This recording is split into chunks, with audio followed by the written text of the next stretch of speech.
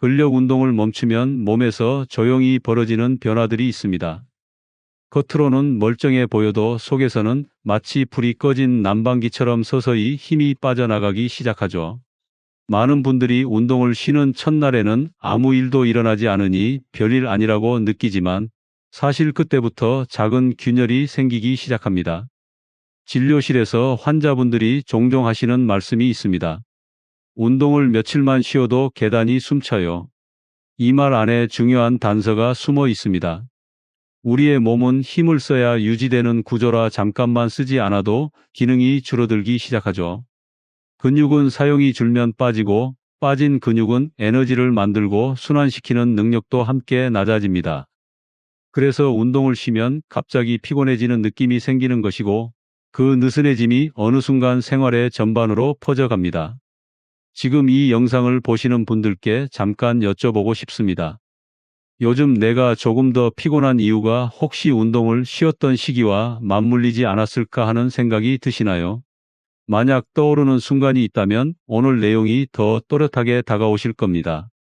이제부터 근력 운동을 멈추면 가장 먼저 무너지는 세 가지 변화의 서막을 함께 살펴보겠습니다. 진료실에서 가장 자주 듣는 고민 중 하나가 예전에는 이 정도 움직임은 괜찮았는데 요즘은 조금만 걸어도 힘이 빠진다는 말입니다. 많은 분들이 체력이 떨어진 것 같다고 표현하시지만 사실 그 안에는 근육이 일을 멈추면서 생기는 작은 신호들이 숨어 있습니다. 몸은 늘 쓰는 방향으로 적응하는데 운동을 중단하면 근육은 즉시 에너지를 아끼는 쪽으로 변합니다. 마치 오랫동안 켜두었던 난방을 잠시 끄면 금세 실내가 식는 것과 같은 원리죠. 이런 변화는 생활에서 더욱 뚜렷하게 드러납니다. 장을 보러 갈 때 카트가 괜히 무겁게 느껴지고 아침에 일어날 때 팔다리가 더 굳어 있는 느낌이 들죠. 이게 단순한 기분 탓이 아니라는 사실이 여러 연구에서도 확인됩니다. 운동 중단 후 일주일이면 근력과 근지구력이 눈에 띄게 줄어들기 시작한다는 보고가 있을 정도입니다. 하지만 너무 걱정하실 필요는 없습니다. 우리 몸은 다시 자극을 주면 금방 회복하려는 성질도 가지고 있기 때문입니다. 중요한 건 첫 신호를 놓치지 않고 내 몸이 보내는 변화를 세심하게 느껴보는 것입니다. 이 흐름을 이해하면 다음에 이어질 변화도 자연스럽게 연결됩니다. 근력 운동을 멈추면 왜 이렇게 빠르게 변화가 찾아올까요? 많은 분들이 근육이 단순히 힘을 내는 기관이라고 생각하시지만 실제로는 몸을 움직이는 연료 창고이자 순환 시스템의 핵심 축입니다. 그래서 운동을 중단하면 세 가지 축이 동시에 약해지기 시작합니다. 첫째는 에너지 생산 능력입니다. 근육은 에너지를 만들고 쓰는 가장 큰 조직인데 사용이 줄면 엔진 출력이 낮아지듯 에너지 대사가 둔해집니다. 둘째는 혈액순환입니다. 근육은 움직일 때 펌프처럼 혈액을 밀어주는 역할을 하는데 이 기능이 줄어들면 손발이 차고 피로가 쉽게 쌓이게 되죠. 셋째는 회복력입니다. 근육이 줄어들면 관절과 인대가 부담을 떠안아 작은 통증들이 잦아집니다. 이 세 요소는 따로 작동하는 것 같지만 실제로는 한 줄로 연결된 끈처럼 서로 영향을 주고받습니다. 그래서 어느 한 부분이 약해지면 다른 부분에도 금세 여파가 번지죠. 진료실에서도 이런 흐름을 자주 봅니다. 환자분들이 요즘 왜 이렇게 피곤하냐고 여쭤보면 알고 보면 최근에 운동을 잠시 쉬었던 시기와 겹치곤 합니다. 이런 연결고리를 이해하는 순간 내 몸에서 벌어지는 변화가 훨씬 선명하게 느껴질 것입니다. 근력 운동을 멈췄을 때 나타나는 변화는 모두 나쁜 것만 있는 것은 아닙니다. 우리 몸은 쉬는 동안에도 회복을 진행하며 손상된 조직을 정돈하는 시간을 갖습니다. 그래서 일정 기간의 휴식은 오히려 근육을 더 단단하게 만드는 데 도움이 되기도 합니다. 문제는 그 균형이 무너질 때입니다. 너무 오래 쉬면 몸은 회복이 아니라 전략 모드로 전환되면서 사용하지 않는 근육을 줄여 나가기 때문이죠. 이 과정은 아주 조용하게 진행되기 때문에 당장 체감하기 어렵습니다. 마치 식물이 물을 조금씩 잃어가며 잎의 탄력이 줄어드는 변화가 처음에는 잘 보이지 않는 것과 비슷합니다. 생활 속에서도 이러한 신호를 종종 발견할 수 있습니다. 계단을 오를 때 평소보다 허벅지가 빨리 피로해지거나 물건을 들었을 때 손에 힘이 덜 들어가는 느낌 등이죠. 이런 변화는 몸이 보내는 조용한 알림과도 같습니다. 반대로 가벼운 자극이라도 다시 주기 시작하면 금세 근육의 활성이 되살아나는 것도 사실입니다.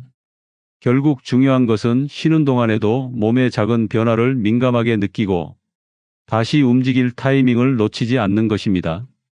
이런 균형을 이해하면 근력 운동 중단 후 이어질 변화의 흐름을 훨씬 더 부드럽게 받아들일 수 있습니다. 운동을 잠시 쉬었을 때 많은 분들이 처음으로 마주하는 실수는 몸이 보내는 작은 경고를 대수롭지 않게 넘기는 것입니다. 어느 날은 계단을 오르다 숨이 조금 더 차고 또 어떤 날은 장을 보다가 평소보다 카트가 유난히 무겁게 느껴지죠. 이때 대부분은 나이가 들어서 그렇겠지 하며 가볍게 넘깁니다. 하지만 진료실에서 보면 이런 작은 변화들이 근력 저하의 실제 시작점인 경우가 많습니다. 근육은 사용이 줄면 일단 에너지를 아끼는 방식으로 반응합니다. 마치 전기가 부족한 집이 불필요한 방에 불을 꺼버리는 것처럼 우선순위가 낮은 기능부터 잠시 멈추는 것이죠. 그래서 처음에는 피곤함이나 무거움처럼 애매한 느낌으로 나타납니다.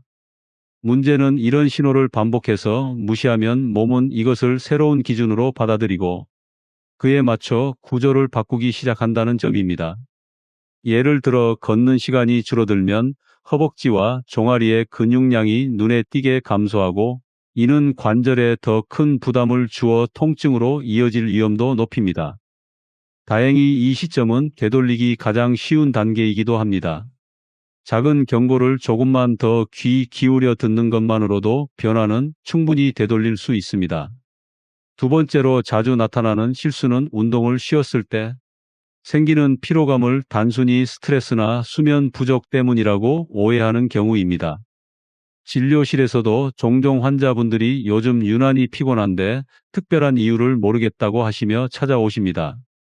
그런데 이야기를 차근히 들어보면 최근 몇 주 사이에 운동이 끊긴 시점과 정확히 맞물리는 경우가 많습니다.